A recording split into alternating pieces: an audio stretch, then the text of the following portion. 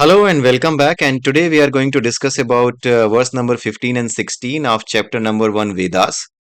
So, in this verse, like 15 and 16, Sri Yukteswar Ji is talking about the two states of the consciousness. One is the state of dream. This is also a consciousness. And the other one, which we are already aware of, and we call it the real consciousness, right? In which we are, living, in which we are perceiving every aspect of our life.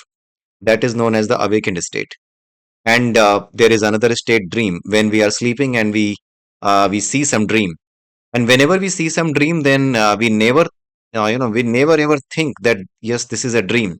There is nothing real. We perceive whatever we see in the dream as real.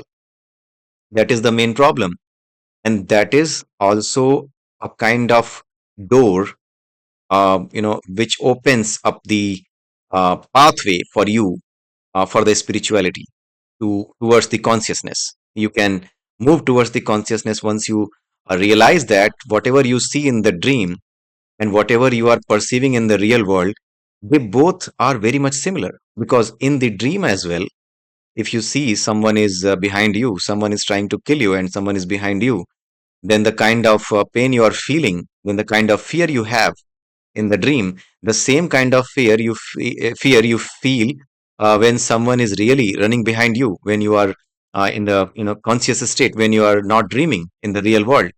So in the real world, whatever you feel, and in the dreams, whatever you feel, they both create similar kind of, not similar, basically exact same kind of feelings, exact same kind of bhava in your inside you, right?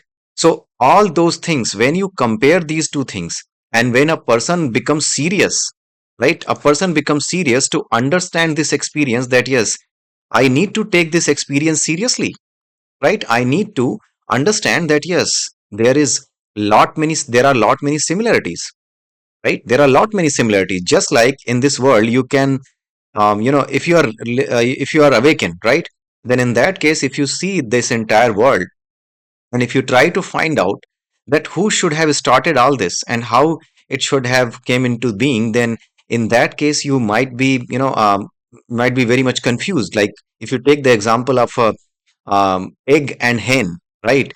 Who came first, right? If you perceive this thing, like who came first, hen or egg, then in that case, if you perceive this, if you understand, or if you compare the same thing in the dream, then you also understand that you can never remember, or you can never find out as when the dream was started. Can you remember? Can you remember, or can you tell from any of your dream that can you tell that from when the dream was started, when you saw a dream, when that dream was started, what was the starting point of that dream? Can you just explain that?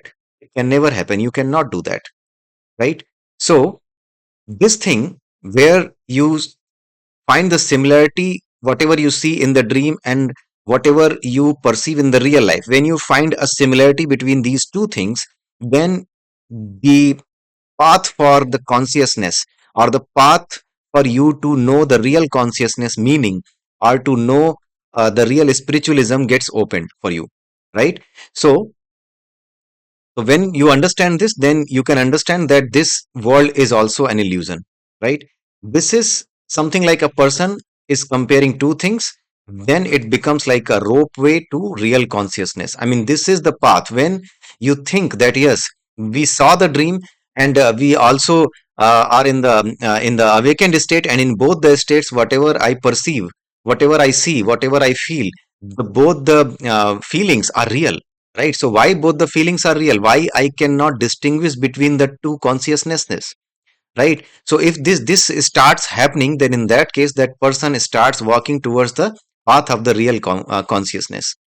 And these states, I mean, here only the dreaming and the awakened state has been explained, or you can say that they have been mentioned by the Yukteswar Giriji. But there is a Upanishad which is known as the Mandukya Upanishad. In the Mandukya Upanishad, if you understand, if you read that, then you will be able to find that in the Mandukya Upanishad, there are four level of consciousness which has been explained. One is the awakened state, the other one is the dream state, when you are sleeping and dreaming. The third one is the state when you are sleeping and not dreaming. And there is another one, which is the fourth one, which is known as the Turiya state. All these four consciousness states have been explained in Mandukya Upanishad. So, if you are reading this particular verse, if you are understanding this particular verse, then I would suggest that you should also go and read the Mandukya Upanishad. And there is another channel with the same name, Vishwaguru. There is also a video. I mean, there is a playlist on the Mandukya Upanishad, and if you read that, if you understand that, if you go through that playlist, you will be able to understand that what has been explained in the Mandukya Upanishad. So that is another channel. I will um, provide the URL of that particular YouTube channel somewhere in the comment. Okay. So what do they feel when some person starts feeling that whatever I saw in the dream and whatever I perceive in the real world, they both are not same, but the feelings are same in both the cases. I cannot distinguish between the two, right? So when he realizes this, that why he cannot distinguish between the two, please remember that everyone knows this, and if you are if you are watching this video, then in that case as well, if you don't start feeling that yes, there is some kind of weight in this statement, then you will not be until you understand that there is some weight behind this statement, until that you will not be able to start walking towards the path of the consciousness. Once you start feeling that yes, there is a weight behind this statement, because lot many people are listening to this, lot many people understands this, but still they feel that oh no, this is just a way to explain the things unnecessarily, so that they can prove the some kind of concepts scientifically, because most of the people in the Hindu religion, they are trying to connect the concepts with the science. Those fools are really ignorant. They don't know that the entire Sanatan Dharma or Hindu Dharma, all the scriptures are every scripture and each and every line in the scriptures is a scientific statement, right? Is a science, right? Psychology is a science, philosophy is a science, darshan, shastra. In Hindi you say that, right? So everything is a science. Psychology is also a science. So everything is a science. Similarly, each and every statement that has been mentioned in the Vedas, Puranas, or the scriptures, they are all the scientific statements. Okay. So when a person starts realizing this thing, then in the awakened state, he tries to understand that what is the awakened state. Then he realizes, then he understands that this is nothing. Whatever I feel in the awakened state, this is nothing, but you know, it is a meeting of positive charges and the negative charges. What are the positive charges? We have already understood. Positive charges are the sensory organs or the senses of the senses, right? Not sensory organs, basically the senses of the senses. This is basically, we are talking about eye of the eyes, which means we are talking of that electrical energy which incorporates the eyes, right? Which is responsible to make an eye, right?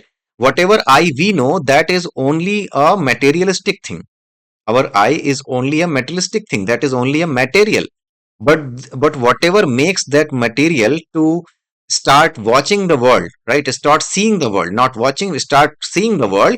That power or that particular electrical energy, right, is known as the eye of the eyes. That is known as the senses, and those are made up of the positive charges. We have already understood that every chitta is made up of electrical dipoles. So one is positive, the other end is negative, and the middle part is neutral, right? So positive is the senses, and the negative part makes the subjects. Just like eye is a sensory organ, right? And subject of an eye is seeing. The bhava, the feeling of seeing, that is made up of negative charges. And our real eyes, whatever we know as eye, right? Whatever we can see as a organ, right? Whatever we are able to see as an organ, like our eye, our real eyes, right? Whatever we see, whatever is tangible, basically, right? Whatever we the real eyes, basically, not realize. The real eyes are these senses. I am not able to just consolidate to put into words, but I hope you are understanding that this is the materialistic eye, the eye material, which you can touch with your fingers. This is the eye, this is the organ. This organ is a neutral part. This neutral part is responsible for meeting the senses or the positive charges with the negative charges. Because of the connection between these positive and negative, when this connection is made up by this neutral organ, then in that case some kind of feelings are generated, right? Because of seeing something, because of tasting something, some kind of bhavas or some kind of you know some kind of you can say some kind of feelings are generated. I'm not able to put much into English today. I'm not sure why. I'm not able to get, but I hope you are understanding what I'm trying to say. My English is not that good, but still, just to spread this information to many people, I'm just making the videos in English. So just pardon me for because today I'm just like someone is pulling my tongue and I'm not able to speak at all, right? So just forgive me for that one. But yeah, whatever I'm telling you, I think you are able to understand it clearly, right? So this meeting is done by our our mind, manas, right? This meeting is, promoted by the mind. I mean, this meeting, the neutral organs, right? These organs, which are made up of the neutral part of this electrical dipole, they are instigated, or you can say they are motivated by the mana. And when they are motivated by the manas, then they, they start their work, right? They start the work of the organs is to meet up the positive with the negative, and after meeting positive and negative, some kind of feelings are generated, just like after tasting something which is really tasty for you, just like if you like Maggie, and if you taste the Maggie, after tasting the Maggie you feel wow. So that wow kind of feeling is a bhav, right? Is a feeling. In Hindi we call it a bhav. So that is the work of your neutral organs, right? So same kind of bhava, just like we feel in real life, same kind of things we perceive in the dream as well, right? So when you are able to reach up to this level, I mean, whenever someone is entering into the real territory of the consciousness, or you can say the spirituality, then this is something which he felt, which he feels, right?